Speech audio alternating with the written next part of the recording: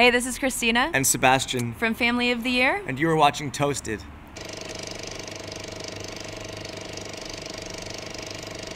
Family of the Year, freezing in the end of the summer in Holland, actually in the middle of Holland. Did you guys visit this town before? You've been all over the place, right? We've been here before. Yeah. Yeah. Yeah, this time of year as well. Yeah, it's beautiful. It is. Hey, a new album out. Congratulations, self-titled, Family of the Year. That gives me the right to tell you that I think it's an awesome name for a band and also an awesome name for an album. Thank you. And now you have to repeat the answer. Where did you get it from? We decided to name the record Family of the Year after going through a lot of titles. Nothing seemed to really fit just right, and we felt like the record was kind of a statement, but we feel like this one was kind of a step forward for us, and we feel like it was fitting to call it Family of the Year. Now everybody says it's really hard to keep on producing good albums. I mean, you have your whole life to record your first album, then the second one is pretty hard, but I think the third is probably even harder, right? Well, Joe wrote most of the music, so it wasn't too hard for me. Well, you're part of the process, I guess, right? Oh yeah. But he's kind of a machine. His mind is insane, and it just keeps coming up with new music, and it's really cool to be able to collaborate with somebody who's so talented. I think he's really talented. So I think he's got so many songs in him. He's got a lot. That's of obvious. feelings. I mean, 10 great songs, and to be honest, you know, I mean, if you listen to the album, and of course I know the songs that made you famous. First thing you're looking for subconsciously is another hit. You know, like I want to hear another hero. And going through the record, I was like, damn. That song stuck into my head, this song stuck into my head, and I listened to it again and again and again. I was like, there's like 5 songs that keep on sticking in my head. Oh, thank you. That's really flattering. We didn't feel like we had to write another song to be a hit. I think that you would get into trouble if you did that. I think that you'd probably end up with a writer's block. If you put too much pressure on the situation, then it's kind of hard to have something come out. Yeah, but thank you. That's really nice. We hope that the songs stick with people. We are just starting to get feedback, and so far so good. I get a very autumn-like feeling on this record. It's like, well, no comparisons there, but it's like Rubber Soul for the Beatles. Wow. It's like, you know, this autumn record, or like. You picked a better band. Well, I was about to say Beck, Morning Face. I mean, tight. Same atmosphere going on there. As far as I'm concerned, that's my humble opinion. Wow. But I mean. Then I started to do the math. Like, okay, you released this album 4th of September. You've been writing it, you've been recording it. So probably, did you guys record and write the album during the winter and fall? It was a mixture. It was like over 6 or 8 months or so. Most of it, end of summer through fall and winter. And it was actually, it was recorded almost entirely in Berlin, Germany. And so there's definitely some.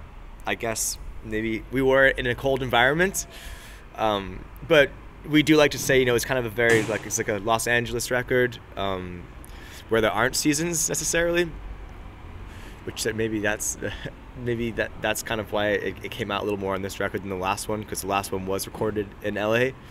But yeah, Joe is he's a fall and winter kind of writer. He kind of like hunkers down and gets really busy and creative in the wintertime. There's some nice, I would say, Pet Sounds vibes in there and choirs in there. Yet, I found it impossible to compare the record to any band or record I heard before. Many influences on you. I mean, there's so many things going on probably. Oh yeah. You guys are way rockier than I ever expected. We all like completely different music almost. Yeah, I mean, we started in rock bands, most of us. You know, that's, I think, how a lot of musicians begin, you know, playing, not that it's easier technically, but you kind of just want to be loud when you're young and put the distortion on and hit the drums really hard. So we all had our basis in that, and I think that a lot of Joe's inspiration as a writer comes from maybe more folk, maybe more like classic LA rock kind of stuff. I think that resonates with him. I mean, too bad the man's not here, but you talk about Joe a lot. We try not to. Exactly. Well, is it? It must be tough. I mean, is it his band? I don't think so, right? Hell no. Exactly. Yeah. No, it's not his band, but Because it's very much a group effort, right? it is a group effort in every way. He just we just end up doing a lot of the interviews. So you get the shitty jobs. It's just a division of power. Hey, a couple of songs that stood out. First thing, "Carry Me." Listen to it one time; it will never leave your head. I'm sorry, and thank you. It's a great song. Yeah, that one is a fun one for us to play. It's really cool because it seems that the crowd who's never even heard the song or it's a new song, they seem to catch on to the lyrics pretty easy. So it's fun to like have this kind of anthem when we play it live. I think that's a wintertime song as well.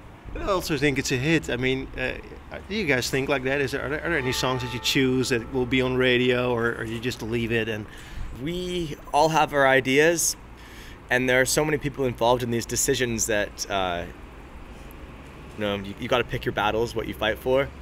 I would love "Carry Me" to be played on the radio and see how I'm sure the it will. public feels.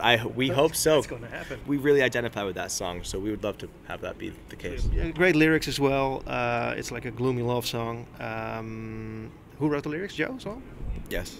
Does he write all the lyrics actually? No, he writes most of them. Christina collaborates on lyrics a lot once in a while. If everyone else is out of ideas, they have to ask people like me.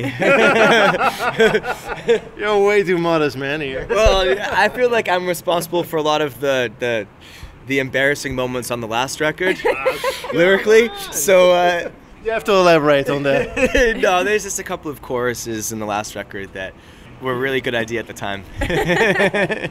It's okay though, we're growing. After a bottle of wine, it sounds like a great idea. Yeah, it's fun. It's fun. I think we're just starting to emphasize our strengths and keep our weaknesses to the minimum.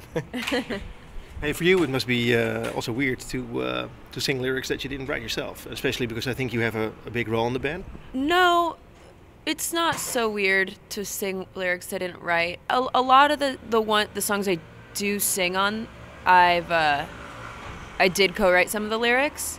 Me and Joe are really close, so I get like sympathy feelings for him. You don't go any further than just sympathy there. Yeah, I just feel sorry for him. Hey, another song that I loved is "The Dance." Amazing song. Thanks. You co-wrote that? Yeah, that was a fun one. It's a little different. I kind of just like forced Joe to write with me one day, and we did. And we were like, "What does this sound like? This sounds like it reminds me of like a awkward high school dance, and everyone like is just all the girls on the left and all the guys on the right, and that's just like what I could visualize it Exactly really what you well. get when you listen to Yeah. the song, yeah. And that's pretty much what we said in this song. So I think most of the songs on this album are very filmic. I mean, of course, your music gets used in television and in films. Do you guys realize that when you work on your music, it's very visual? I see a lot of visuals in music in general, but a lot of times, like, I'm like, this one's totally gonna like be in some movie, like stuff I thought in the last record that never even like got a chance at all. And I was just like, I would have totally put this in the Garden State of today or whatever, Yeah. like, but that's me being in love with these songs. So